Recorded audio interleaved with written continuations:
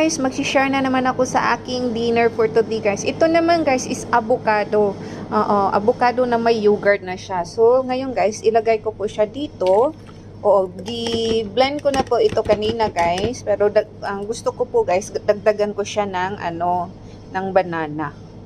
Ilagay natin yung banana guys. Ayan.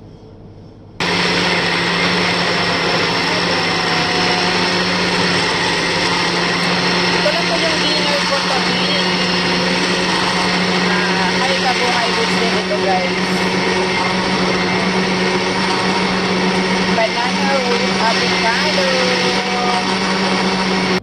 So, na po siya guys. Handa na ba kayo sa dinner natin? Ang sarap guys. Wow. So, yan lang po ang share ko. Thank you for watching.